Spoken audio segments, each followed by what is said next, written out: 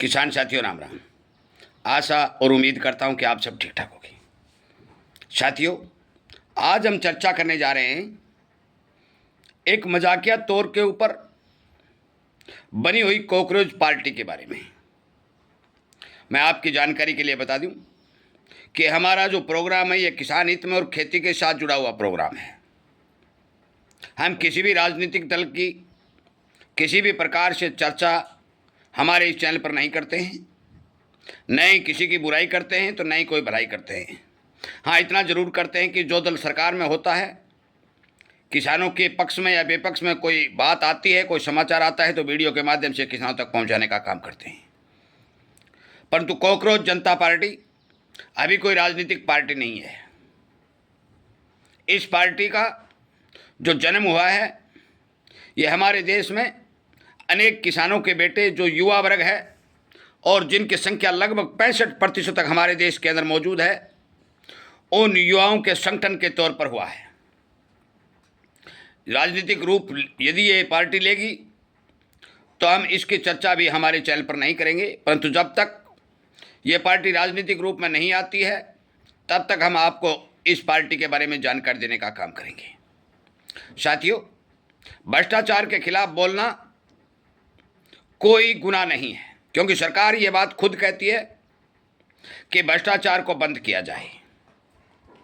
आप सभी को पता है कि किसान बहुत मुश्किल से एक एक पैसा, एक एक दाना खेतों में गर्मी, सर्दी, धूप जितना भी मुश्किल उसे उठाना पड़े उठा रहा है।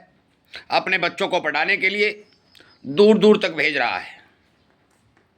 भारी भरकम फीस अदा करने के बाद जो बच्चे पेपर देने जाते हैं और पेपर लगातार आउट हो जाते हैं। कुछ हमारे बीच में काम करने वाले हमारे सिस्टम के मित्र इन पेपर को आउट करने का काम करते हैं। भलाई उनकी मंशा कुछ और हो, अच्छी हो या बुरी हो, वो एक अलग बात है, परंतु नुकसान जो होता है वो किसान के बेटों को होता है, किसान को होता है, मध्यम वर्ग को होता है। क्योंकि बड़े बड़े कंपनियां, बड़े बड़े ठेकेदार, बड़े बड़े अमीर लोग आप अपने बेटों को कभी भी किसी भी परीक्षा की तैयारी नहीं करवाते हैं। ये करवाता है मध्य वर्ग। और मध्य वर्ग को जो लगातार नुकसान हुआ है, हमारे पास जो खबर हुई है कि कुछ बच्चों ने सुसाइड भी किया है और भारी भरकम आवाज़ भी उठी है। अकेली बात पेपर की नहीं है, बेरोजगारी की भी बात लगातार सामने आ रही है, सरकार के फेलियर की भी सामने आ रही है। अनेक मुद्दे इस पार्टी द्वारा उठा करके आंदोलन का रूप देने और सरकार तक अपनी आवाज़ पहुंचाने का काम किया जा रहा है।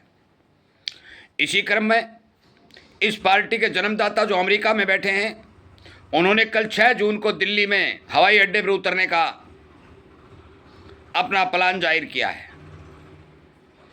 तमाम युवाओं को भी उन्होंने आह्वान किया है कि आइए और हमारे सिस्टम के ऊपर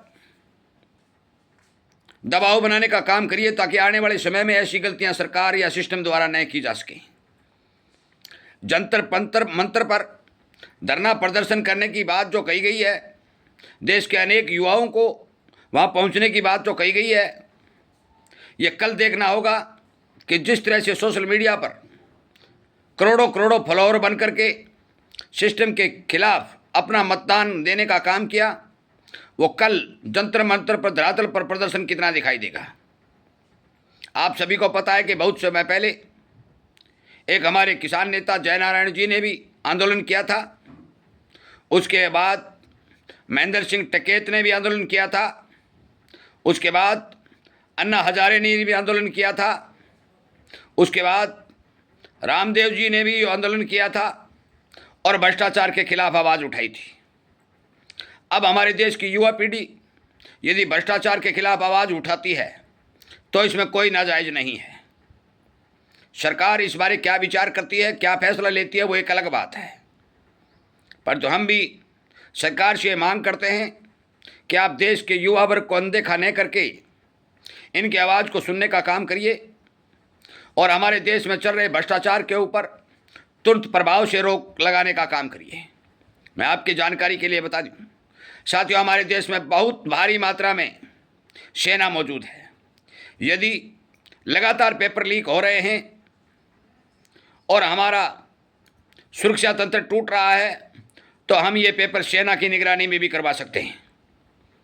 जहाँ जहाँ पेपर होंगे, जहाँ जहाँ सेंटर होंगे, तो सरकार के लिए सेना की टुकड़ियाँ भेजना कोई मुश्किल नहीं है।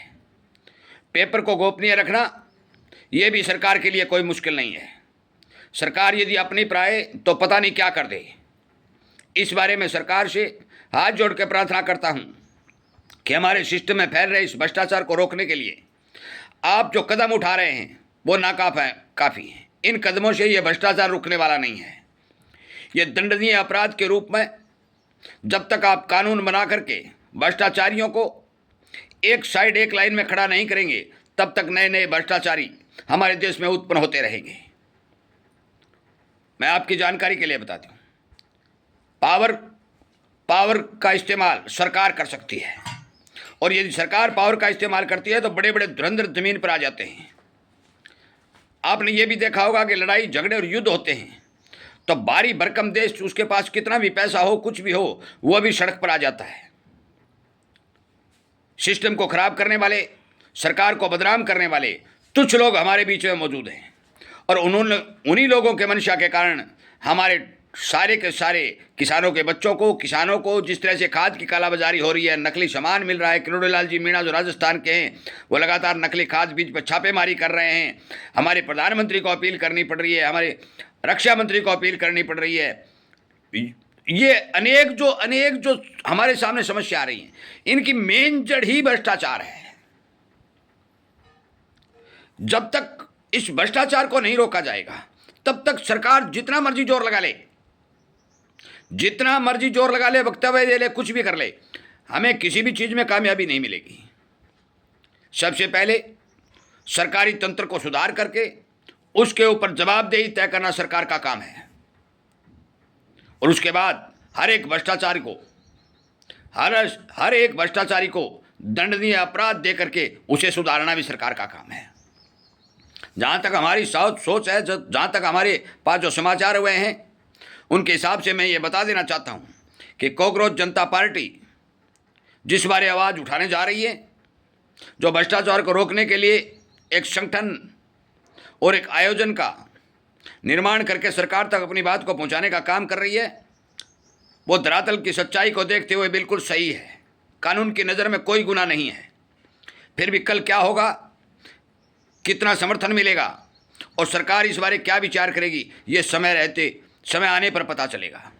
मैं आपकी जानकारी के लिए बता दूं, हर देश के युवा वर्ग को, हर देश के किसान को, हर देश के मजदूर को, हर देश के मध्यम वर्ग को, चाहे वो व्यापार करता हो, चाहे वो दुकान करता हो, चाहे वो खेती करता हो, भ्रष्टाचार के खिलाफ बोलना पड़ेगा और लड़ना भी पड़ेगा।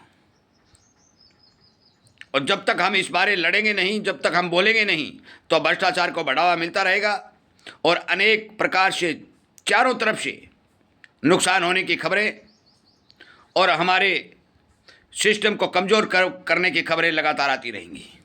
मैं विनय निवेदन प्रार्थना करते हुए जो आप मौके के ऊपर प्रोग्राम तय किया गया है उसका स्वागत करता हूं, और सरकार से ये मांग करता हूं कि आप कृपया करके हमारे नौजवानों की आवाज़ को सुनते हुए हमारे इस तंत्र को सुधारने का काम करें और देश को एक ऐसी दिशा में ले जाने का काम करें जिससे युवा वर्ग की तरक्की हो, बेरोजगारी कम हो, ईमानदारी बढ़े और राम राज की स्थापना हो।